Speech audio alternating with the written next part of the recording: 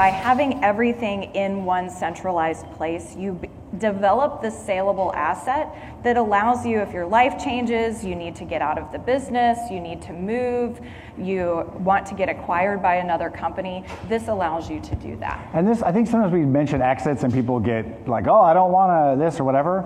It's still, you can send referrals. We're not saying you have to come out of production and do all the things, but yet another reason to have an organized system. So, and of course, accountability and improved one-on-ones for agents.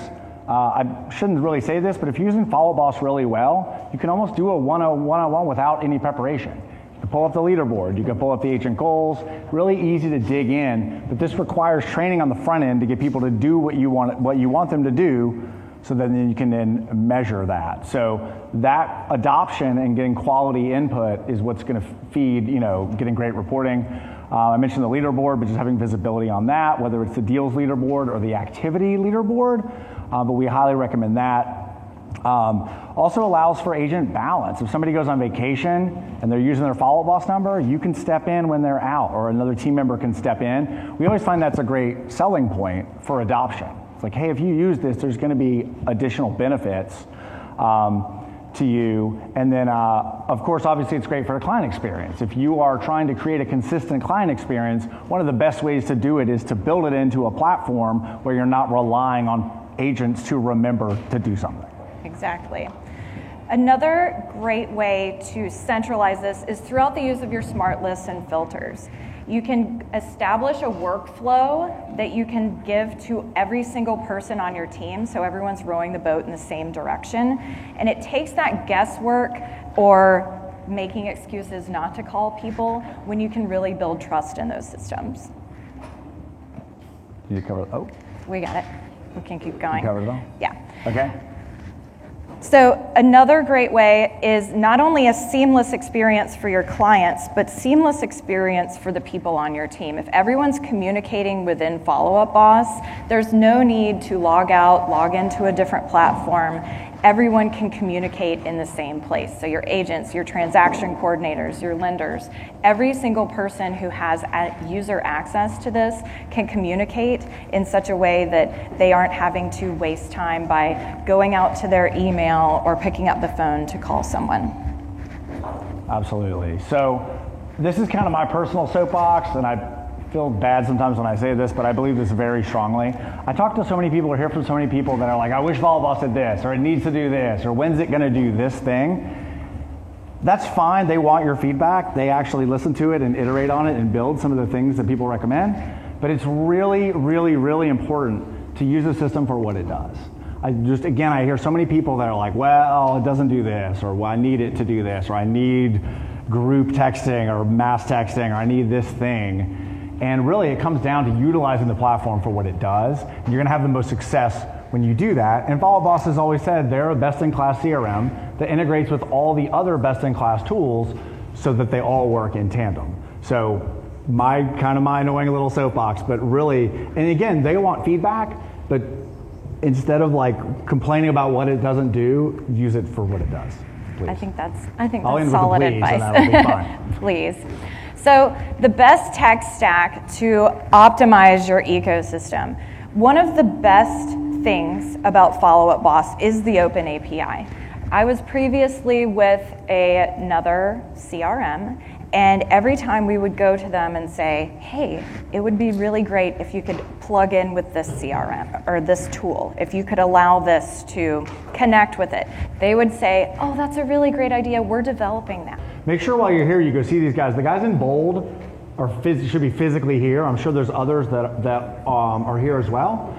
But we like giving people, I used to always say, well, it depends, or if you're a brokerage, maybe it's this or whatever.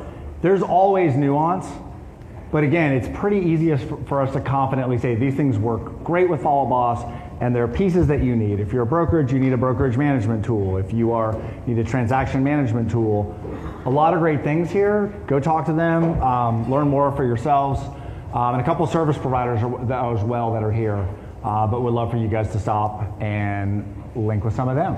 And in the interest of time, if you want to know more about how we advise our clients on how to use these individual companies, you can talk to us afterwards. But like we said, we're trying to get through a lot here, so we wanted to move on. So next, we're going to talk about some lead management and pond strategies that are going to help you utilize the leads in your database to get to more closings. So having a strategy is really the first step, okay? A lot of people get into real estate because they want to be entrepreneurs, they don't want to be micromanaged, they don't want someone telling them what to do. But whenever you poll your people, most of what they ask for are more systems and more accountability. That's typically your top two answers. So establishing and aligning behind a particular strategy, no matter what it is really going to help you to advance in those the transition from lead to closing. So this is probably not a super popular thing to say, but one of the things I always say is that you don't even need a good plan, you just need a plan. So if you feel right now that you're just like, I got all these things, I don't know, I don't need this thing, figure out the core things. I'm gonna focus on Follow Up Boss and Ylopa or this other integration, this one key thing that I need. Just having a basic plan is far superior than no plan. It always gets better and iterates over time. You're going to get bigger. You may open another location. You may hire some talent. It's always a moving target.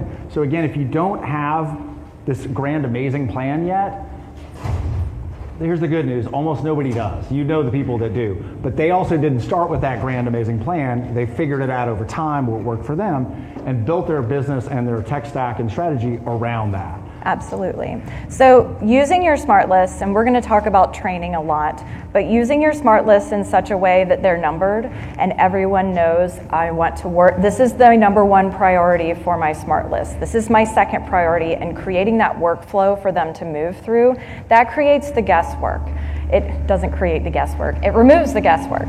So what you're really looking for is for your team to trust in your smart lists, because if they understand how smart lists are made, they understand what types of leads are being pulled into those smart lists and why, they're going to trust them, that inherent, I'm going to say trust again. So it's easy for you to pull up your smart list, take a look at what's in there, and load up your dialer and call away. But if you don't understand how they work, you don't trust that the powers that be have set you up for success, and this is where that training piece really comes in to play for you, they're going to be second guessing that. They're going to be diving into the leads, they're going to be looking for excuses not to call.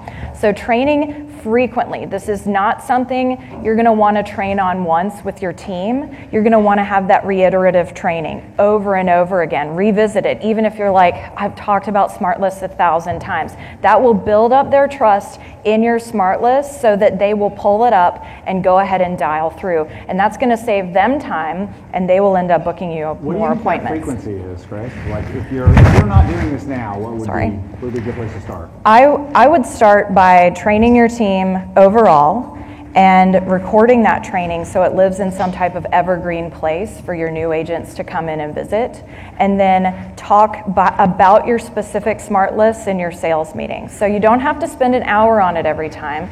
Just visit, pull up a smart list and talk about it in depth. Pull up the filters and remind them, because you can say, hey, does everybody understand smart list number 3? And yes, everybody's going to be in their rocking chair. Yes, I understand, because they don't want to hear it. They're not looking into the filters to know exactly what's in there. And the more familiar they are, you have to take them by the hand and lead them through it, because they're probably not opening up those filters on a regular basis. Yeah, absolutely. I would, when I was in that role, we did weekly for a while, and it was really great. I mean, it feels like overkill, but my entire job was to implement Follow Up Boss with this team. Like that was my only focus. And right. So weekly, and then ultimately we moved to monthly, and then eventually, between knowledge base and just big trainings when big features came along, it was fine. But we created that culture of, I'm going to show it to you this way, I'm going to make you a video, we've got it on demand, I made you a document about it, here's the handbook.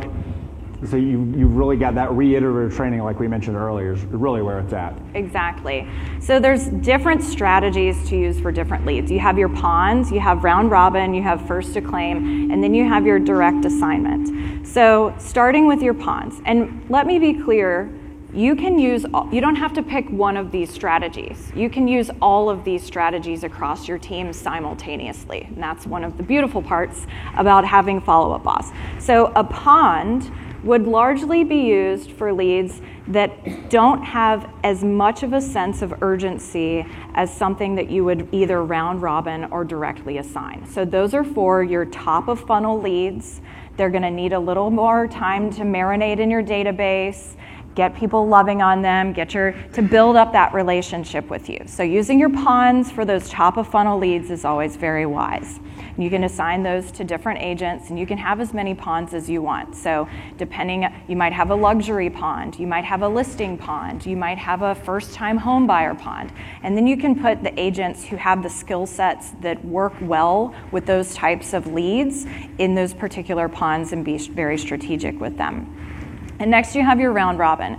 So round robin, you get a lead, you get a lead, you get a lead, you get a lead. You're probably not going to want to do this with all of your leads, because if Mary gets 500 leads assigned to her, those, even though they're company bought, those will soon become her leads. And a lot of things come along with that presumed ownership of those leads. So you're going to want to use round robin strategy for your lower funnel leads, because when an agent receives a round robin lead, they're going to receive an alert, which is going to tell them, oh, I need to call this now. So you're going to want to use your round robin strategy for leads that have a bigger sense of urgency than you would put into a pond, so your lower funnel leads.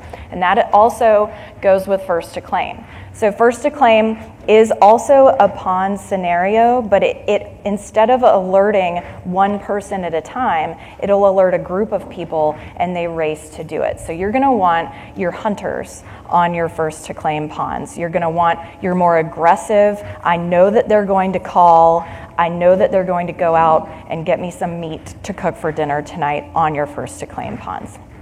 And then you have direct assignment. So this is my luxury listing agent. I know he's gonna get this listing every single time above this price point. All those leads go to Dwayne, okay? That type of thing is going to one particular agent for a very particular reason. And I want to mention something too, and you can find it through our YouTube channel, which is linked. We did a webinar recently with Barry, and we had a really great conversation about this. It was the idea, and he and I both shared stories of using them over time and changing them over time and getting different results from that. Because in one level, one of my experiences was using first to claim, where the people that were not busy were grabbing all the leads. They still weren't calling them, they were just available to claim them. But this is also why you have to inspect these things and keep an eye on them and what's happening. But he and I both had multiple stories of changing that strategy over time and it working different at different things. One of my favorite ones is I was doing first to claim and went back to round robin, and somebody who in theory would have never been like our top agent completely started crushing it. Like I never would have been like, she's the one, but she did. And she wouldn't have had that opportunity if I hadn't made it fair enough for me to then look at it. But I also had to be paying attention and say, oh, okay, look, what's happening here. I also had a situation where we had one agent who, this is 10 years ago, really closed a ton of Realtor.com leads. Like in particular, this one agent did. And because we were tracking it in Follow Boss, we could say, hey, I'm giving this guy all the Realtor.com leads. And it was great. So there's a lot of insight in that. And again, just using this data to drive these decisions. But these are not set it and forget it. Like you're not just like, hey, this is gonna be first to claim forever. Yeah. Good luck. You've got to iterate on it and think about it and change it over time. But you've also got to train people how it works, so they don't feel like something's been taken away, like you said. It does. And I think that's a great way to shake things up within your organization and present things as new. Hey, for the next however long, we're going to go on first to claim. If you feel like your agents are kind of losing that competitive edge, they're not really scrapping around and calling the leads like they should, put them on first to claim. Shake things up within the way you're distributing your leads and see if that changes the cultural dynamic of your team, because instead of having to shift to a new CRM or shift to a new whatever, you can do that within Follow Up Boss. And you mentioned data. Oh, go ahead. One last thing I want to mention too, kind of about the first to claim piece and all that is it's really tied more, kind of like we said, to the training of people understanding it. But something interesting about the first to claim, if this is valuable for your model, every agent's going to get notified every time you get a lead on first to claim. So it feels like there's more opportunities. Again, this may be good or bad in your business, I don't know. But if you want agents to see there's opportunities that they're not getting, first to claim is going to notify them every time a lead comes in, whether they get it or not. And again, that may be good or bad for your organization, but go in with that. Also, the group names are public if you're using a group to do this, so don't name it like my best leads or our best agents get these leads. Just call it like A and B, but be mindful of that. You laugh, but some people do Yeah, that. it's only funny because we see it. Yes, we've had to help people out with that. So we were talking about data earlier, and kind of like the food you put in your body, your data integrity is really important. And this is where the training and that constant talking about Follow Up Boss and what goes into it and what your expectations are and what you want or maybe require your agents to do in exchange for the leads and tools that you're giving them. The data integrity needs to be really high because nothing works if you're putting garbage in, or worse, putting nothing in, okay? So if you're not updating the stages, if you're not adding tags, if you're not updating leads with notes, it's not going to feed into the proper smart lists. It's not going to feed into the proper reporting. It's not going to feed into the proper leaderboards. So ensuring that your team has really high data integrity is very important for everything to work. It's like if you don't, it's like not getting the oil changed in your car. And after a while, the whole system starts to break down. So it's very important. And we've touched on this, and we're going to talk about it a lot more, but train, train, train. I cannot say enough about training your team. The way that supports them. So think about something that you had a preconceived notion on, whether it's a person or a topic or whatever. And then you learned more about that topic, or you were exposed to that person more, and you got more information, and you a lot of times change your tune. And because you're more educated about that certain topic, you're more comfortable. And so a lot of the uncomfortableness that comes with a CRM comes from and this might sound like a strong word, but it comes from fear. We fear what we don't understand. So having them understand, don't come to this as a place of, well, this is for our operations people, they don't need to know. No, they very much need to know, and they want to know even though they might not be asking you. The more educated your agents are about the inner workings of your business, your Follow Up Boss as a whole, the more they're going to be comfortable with it and use it in the way that you want them to. And also for your lead management, you can use Pond strategies for your past clients. You can send them newsletters. Past clients, I'm trying to find a good place to stand. Yeah. I'm sorry, guys. So I'm not sure. Is the mic? That's a good call. It's not. It's me. It's the metal plate in my head. I think it's more like that, like 500 hertz range. Yeah. You could just sing a song in that key, it'd be good. Yeah, no thanks.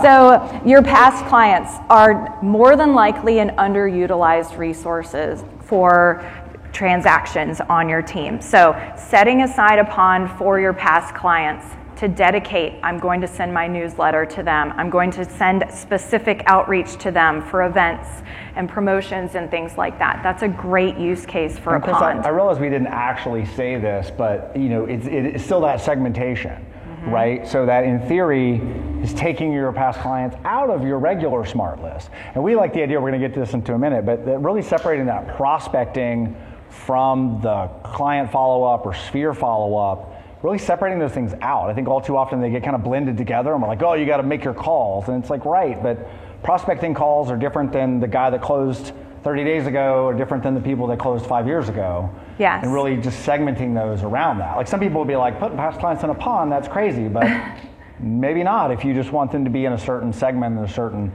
place where they're not mixed in with other leads. Well, that flows into smart lists because you have to wear a different hat. And oftentimes when we level up within the organization, we get farther and farther away from the phone calls that were made. And if we haven't made phone calls in a while, it's hard to really empathize with the people who are picking up the phone and grinding and doing the work. So by this segmentation, it allows, whether through your smart lists and understanding exactly what's in that smart list, or your ponds, knowing exactly who's in there and why, it allows you to easily mentally change hats.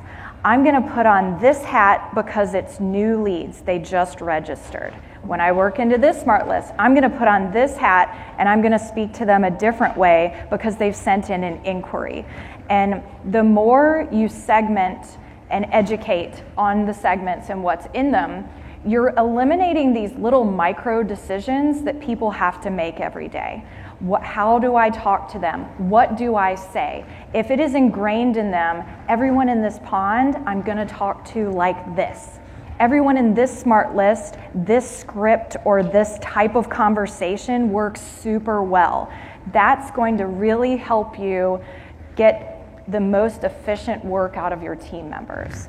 Absolutely. And then we mentioned obviously vendor relationships, also an amazing use of a pond because in theory you're sharing them across your team or your brokerage or wherever. Mm-hmm. So we really recommend ponds as well for vendor, just any leads that everybody needs to see. And when we say leads, I mean contacts. Mm-hmm. But organizing in that way, tagging them, their type, so they're easy to find, but just a great way to potentially share those leads. And we didn't talk specifically about this, but I want to again reference that webinar, which is pretty easy to find.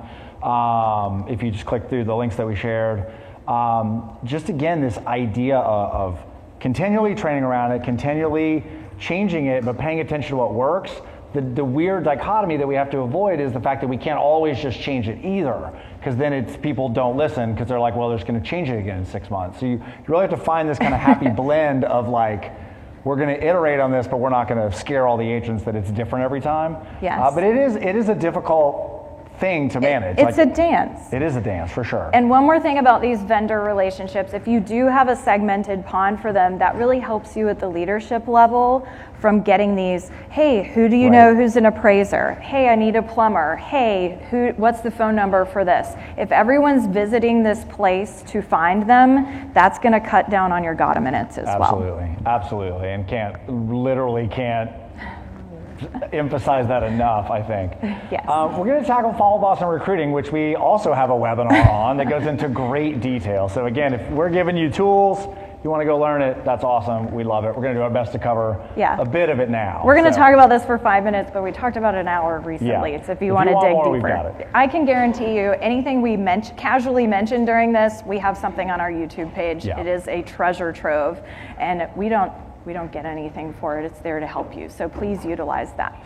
So to use Follow Up Boss for your recruiting game is really awesome.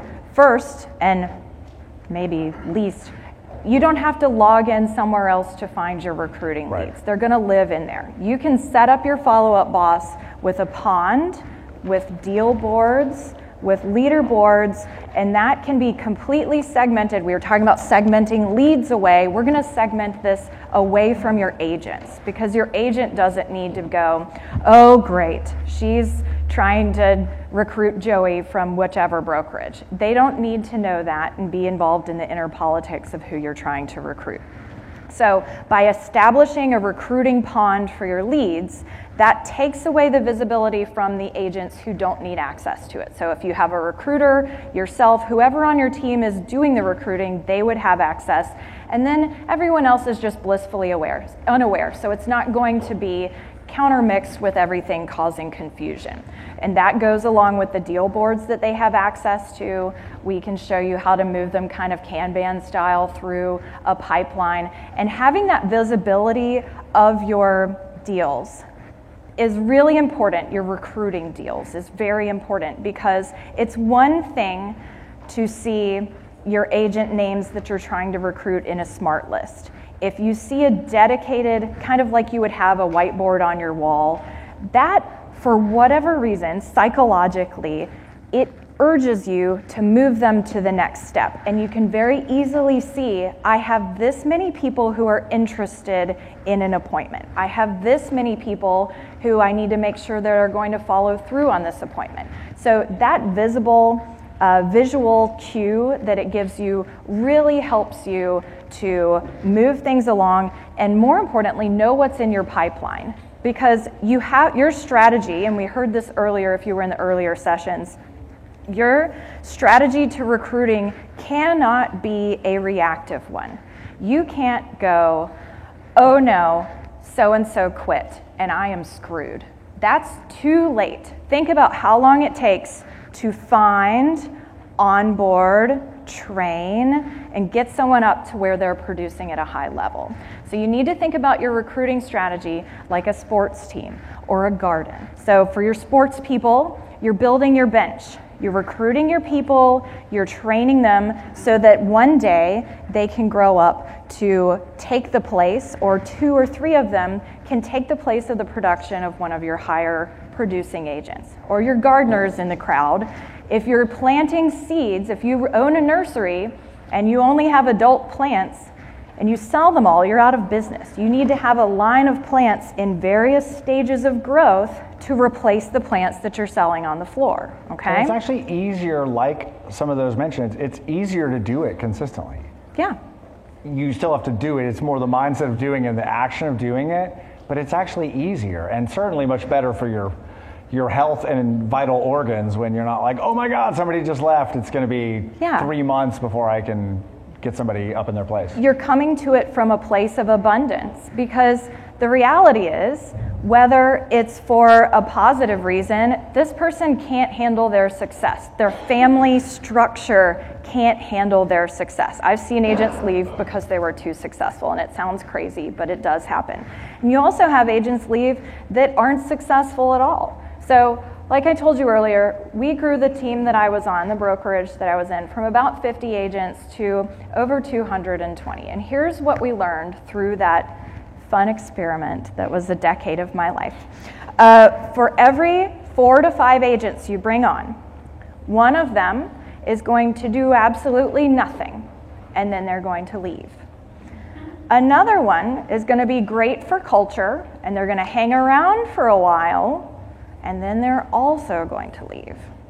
The third person in this little group that we've brought on is going to take way longer than anyone ever expected for them to figure out how to produce, but they're going to get there. They may not be a top producer, but they're going to figure out and get there. And then the other person is going to pick it up rather quickly and come in, and they're going to be very coachable. They're going to figure out and take the systems that you give them and the tools, and they're going to figure it out. So if we are bringing on 4 to 5 people and we're keeping 2, and you're trying to grow your team, that's a math equation you really need to look at, because you're not bringing on 1 and keeping 1. Right. And that happens. Not nobody does that. And if you do, come find me, because I want to pay you to coach me how to do it, because I haven't found anybody who can do it. So that's for it's for a huge variety of reasons. It's not their fault. Some people just think they want the real estate lifestyle, but they don't know what it is. So I'm going to talk way too long about this slide, so we're going to go ahead and go on. Move on? All right. Yes. All right, accountability, coaching, and making more of your reporting data. I'll tackle this if you want. So, the goal setting and accountability part is so important and key to this. And honestly, it's a lot of times why people are joining a team or a brokerage, right? If they could do this on their own, they wouldn't even be talking to you. You probably wouldn't know of them. So just this idea. And it's interesting because people don't want to be, the whole idea of if it's their idea, then it's great. It's kind of that sort of thing. If you're mandating goals to them or telling them oh, you've got to do this, or you're number 2 or number 5, we got to get you, up, that's not motivating for a lot of people. So creating, both a culture and just helping people figure out what they want. I tell a story probably too frequently, but I talked to a client a long, long time ago, and they were like, man, nobody's making their calls and all this. And I'm like, well, what's their goal? And he's like, 100. And I'm like, who came up with that goal? And he's like, I did. I'm like, that's the whole problem. And I was like, if they made 1 call a day, Number one, do you feel like that's more attainable? And do you think they would do it? And I'm like, yeah, they'd be embarrassed to come into the office and say, I couldn't make one call before our 11 o'clock meeting.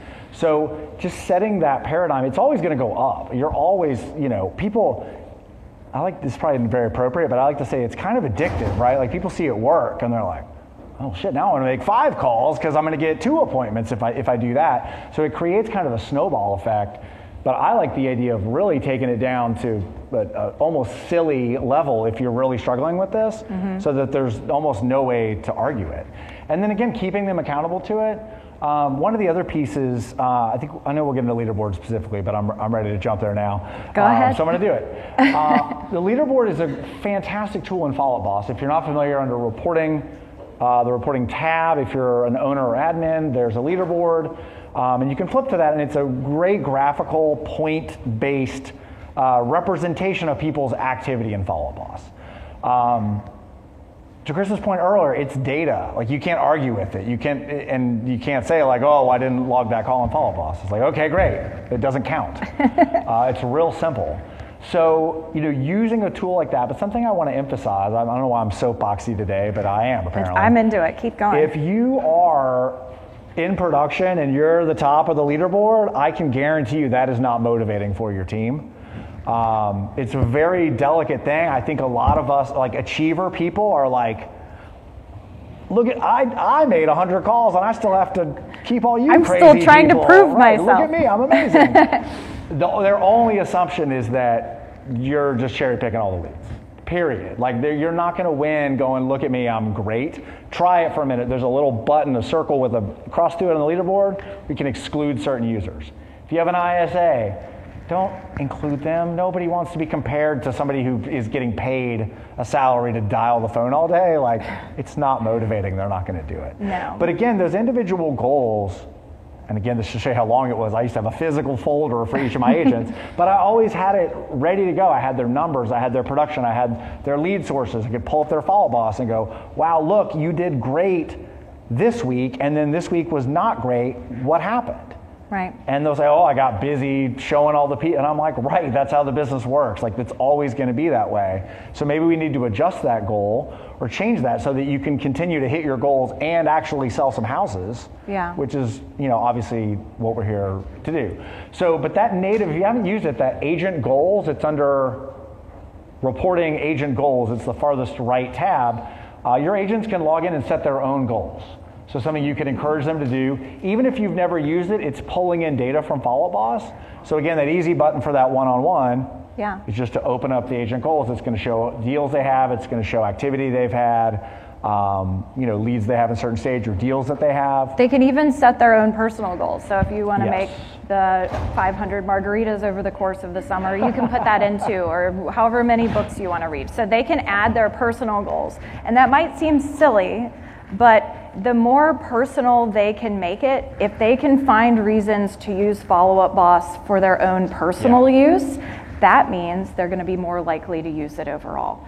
So encourage them to do that. And also, so let's think of an area that you're working on in your life. You tend to leave yourself notes, because we all know that saying, whatever you focus on is what happens. It's what expands, whether it's good or bad. So having that inside your Follow Up Boss to visit regularly makes it that much more likely that you can go around to your team and say, hey, what is your goal? And you can spit it out, because the agents that know their goals are and can repeat them back to you, the goals that they set, to your point, they are much more likely to achieve those because they have internalized. It's theirs, they've internalized it, they're thinking about it frequently, it's eating them up because they have those notes around. Right, but you're getting to their motivation. It's so funny, we probably say this too much and not enough. It's all the same as online leads. It's all the same, the recruiting, retaining your agents, it's all the same thing. They have to be nurtured. They're all a little bit different. Like there's a lot of similarities. And these strategies allow you, how many of us have sat down with an agent and we're like, hey, you're not hitting your goals. Why? And they're going, oh, I'm doing all the things. I'm making the phone calls and I'm sending the emails and I'm holding the open houses. And they're just not. This allows you to peacefully You don't want to go approach this in a gotcha situation, but it allows you to peacefully approach their feelings with some cold, hard facts.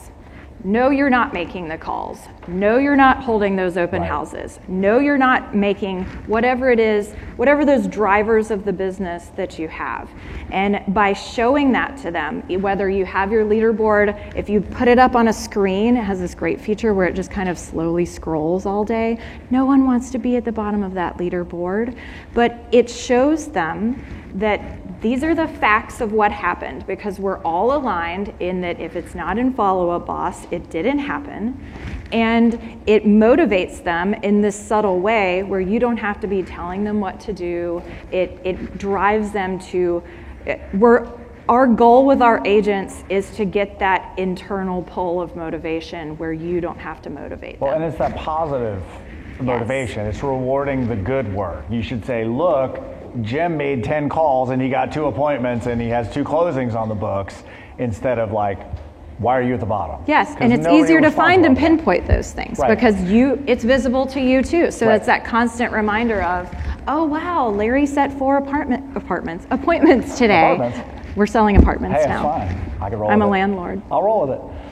And then time management. The time management this creates from, oh, we have a plan, or hey, you need to call your hot smart list every Tuesday, or whatever this is.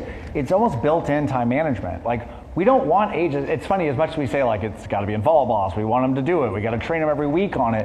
We don't want them sitting at a computer. They're not going to make money sitting at a computer unless they're focused doing these things, and there's a plan for it, and they know what to say, and they have good people to call, and all these other things happen. But you're building in some time management by creating some of these structures. Mm-hmm. And so if it's like, hey, we're all gonna, some people do call nights, some people do prospecting time where they all do it either together or they come into the office. Any and all of those things work. Kind of goes back to what I said before. You don't even need a good plan, you just need a plan. So again, if that's a pain point for you, that's a great way to go there. And obviously, again, using those smart lists for that time management type of thing. We do this, you can name them Monday, Wednesday, Friday, whatever you need to do that. But again, also just having all this data allows you to determine at least a basic ROI on those leads. One of the stories I love to tell, this is from, again, a while back. I've been out of being in that environment for a while.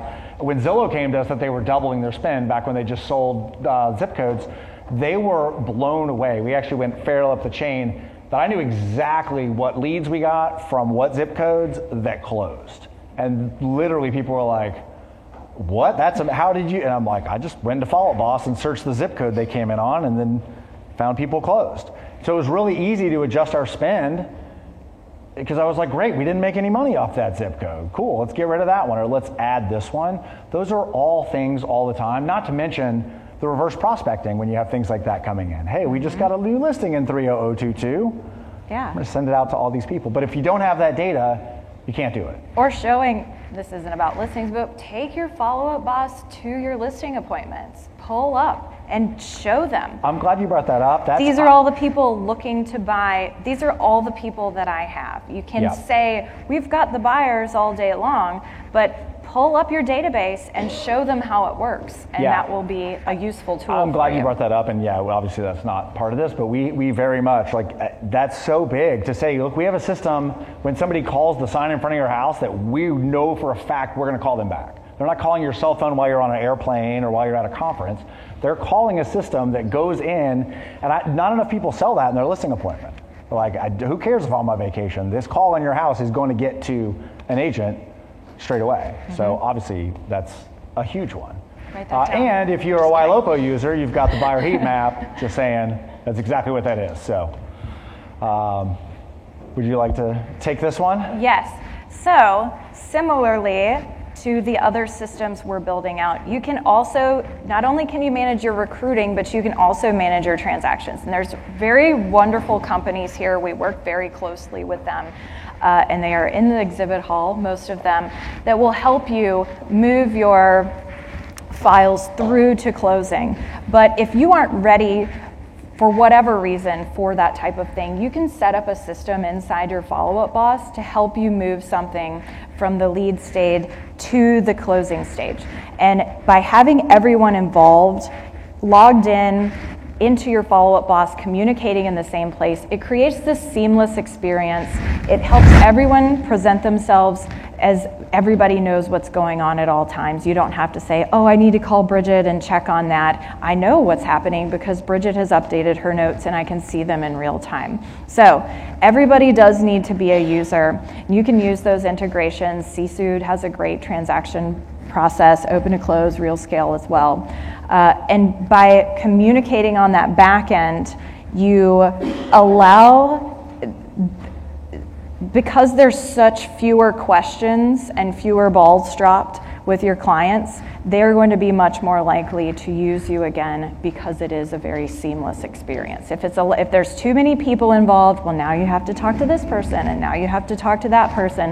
It allows everyone to really be aligned in that. And like we mentioned before, selling that as kind of the, like, you can go on vacation and stuff will happen. Like, you can still get a check if you're not here. Yeah. I mean, that's one of the best, but it's true. I mean, it is accurate. If they make good notes and you can hear the phone calls and do things, you can pick up if somebody's out. And as a former broker in charge, if someone gets abducted by aliens or they go away and don't come back for whatever reason, or you're getting sued, or you're getting whatever happens, that didn't happen. Well, I was really good. I'm saying I was really good. So they being able to call that client and say, hey, you're in good hands. I know exactly what's going on. I know exactly where you are in the process. I'm going to give this to Joey, and he's going to take you through to the finish line.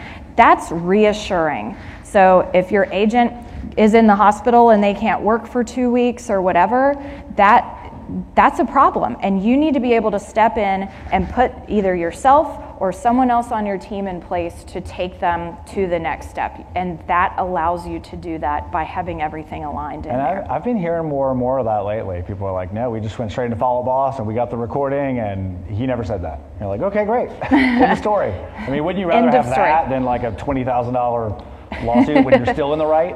And 20,000 is probably a pretty low number for that. Probably. But again, you're just getting people, they're adopting the system, they're living in it, they're using it.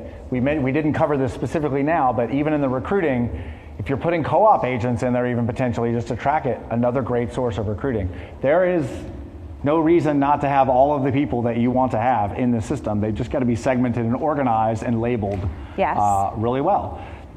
So setting up the skeleton of your system, like I said before, in all seriousness, you legit don't even have to have a good plan. It doesn't matter. You are not going to have a good plan, especially if you've never even started to try it in the first place. So just sketching things out, just get an idea. Also, where's your focus? Because it's really easy to come to this, right, and be like, well, that guy said I got to do this, and that lady said I got to always be recruiting, and then this guy said, like, you're going to walk away with so much of that. 9 times out of 10, people don't execute any of that. So I think having a good sketch as you're here, maybe each day, if you can download like a couple of quick things you're going to do, but just having this core, idea of how we want to do this. And if you don't have adoption yet, then don't freak out about setting up your recruiting and doing all those things yet. Focus on that adoption part. And make sure that your setup is good, all those things. There are so many tools. You've got your Follow Boss CSM, you've got Follow Boss support. We have an unbelievable amount of free content. If you're a YLOPO user, you've got additional content tied to that, additional tools, coaches, trainers there that you have access to. Leverage that. But you've got to have some idea of what you're trying to do. And again, it doesn't have to be, in fact, it shouldn't be complicated. Even these big guys that you see up on stage, it's not that complicated, and that's part of why it works. Because they've got a bigger boat, and that boat cannot turn quickly. There's a plan, and you cannot veer off course just because you had a new idea. There's no knee-jerk reactions happening. Or you saw a webinar, and for $9.99, you can get this amazing tool that's going to call your leads through AI. But just creating those best practices, having them written down, training on them, and just being, like I said, it's this delicate dance of being iterative without changing it all the time. So you've got to train on it, you got to let them use it, and then say, hey, good news, we're sprinkling in some more action plans or a new smart list. That's all, you're always going to get better adoption when you do that. And again, that ongoing training, and Chris and I talked about this a little bit, just one-on-one a bit.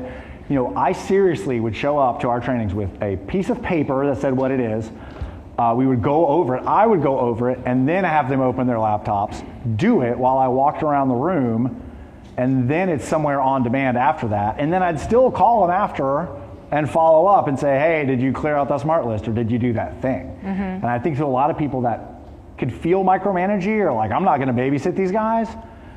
But again, once you create this and create this culture of this, it perpetuates. And it's a learning curve. I mean, that's why we're all here, is to learn how to better use these tools. And they, by nature, are less invested in learning exactly how to use it than you are. So don't put the expectations you have of yourself as the leader, if you are a leader or going to be a leader in your organization, on the people that you are supervising and trying to guide. Because what you do, you have to, someone very wise said this, they said, accept your role as leader and accept their role as follower. And that's not to put them down in any way, but if you're gonna lead, you need to lead them and know that you're probably gonna have to remind them multiple times on how to do things, and don't be resistant to that. Don't give them free rein, give them the tools to get it done, but the more you accept that fact that you are going to have to lead them and they are there to follow you, it makes that internal, oh, I've told them that 100 times. Of course you have, that's your job. You're the leader. You're gonna tell them 100 more times. Right, I was gonna say, it should be 200. So into developing clear SOPs, and again, I just want to, it blows my mind how many people still don't realize this. We have a part of our website, we have all of these as templates that you can literally steal. Please steal our templates and use them. But developing SOPs around these things, and they have to be simple. No one's gonna read a 300-page manual or even a 30-page manual. It was funny, we'd get clients and we'd talk about the handbook and be like, how long is it? I'm like, 7 pages, and I'm trying to make it shorter. And they'd be like, that's not long enough. I'm like, do your agents read novels or something? Because they're not gonna read this.